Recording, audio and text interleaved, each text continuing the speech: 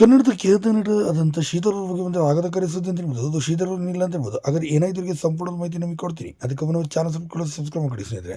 ಇನ್ನು ಬ್ರಹ್ಮಗಂಟು ಅತಿ ದೊಡ್ಡ ಸಿನಿಮಾಗಳನ್ನು ಮಾಡಿದಂಥ ಶ್ರೀಧರ್ ಅವರು ಶ್ರೀಮಂಜುನಾಥ ಸಿನಿಮಾದಲ್ಲೂ ಕೂಡ ಕಾಣಿಸಿಕೊಂಡು ಅದ್ಭುತವಾದ ಅಭಿನಯ ಮಾಡಿದರು. ಶ್ರೀಮಂಜುನಾಥನ ಸಿನಿಮಾನೇ ಕೊನೆಯ ಸಿನಿಮಾ ಅಂತ ಆಯಿತು ಅಂತಲೇ ಹೇಳ್ಬೋದು. ಏಕೆಂತಂದರೆ ಬರೋಬ್ಬರಿ 25 ವರ್ಷ ಚಿತ್ರರಂಗದ ಸಂಪೂರ್ಣವಾಗಿ ದೂರ ಉಳಿದು ಈಗ ಭರತನಾಟ್ಯ ಕ್ಲಾಸನ್ನು ನಡೆಸಿಕೊಂಡು ಸಾಕಷ್ಟು ವಿದ್ಯಾರ್ಥಿಗಳಿಗೆ ಪರಿಣಿತಿಯನ್ನು ಕೂಡ ಹೊಂದಿಸಿದ್ದಾರೆ ಅಂತಲೇ ಹೇಳ್ಬೋದು. ಇಂಥ ಅದ್ಭುತವಾದ ಕಲಾವಿದ ಸುಮಾರು 200ಕ್ಕೂ ಅಧಿಕ ಸಿನಿಮಾಗಳಲ್ಲಿ ಅಭಿನಯಿಸಿದ ನಟ ಶ್ರೀಧರ್ ಅವರು ಉತ್ತುಂಗದಲ್ಲಿದ್ದಾಗಲೇ ಸಿನಿಮಾ ರಂಗದಿಂದ ಸಂಪೂರ್ಣವಾಗಿ ದೂರ ಉಳಿದ್ರು ಅಂತ ಹೇಳ್ಬೋದು.